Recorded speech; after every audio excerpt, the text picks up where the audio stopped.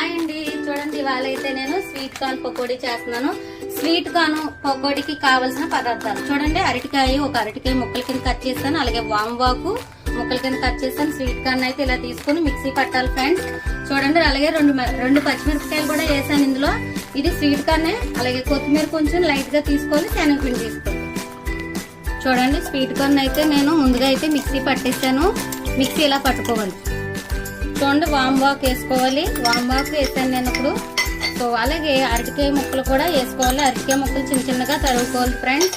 అలాగే చూడండి కొత్తిమీర వేసాను. అలాగే శనగపిండి ఒక కప్పు.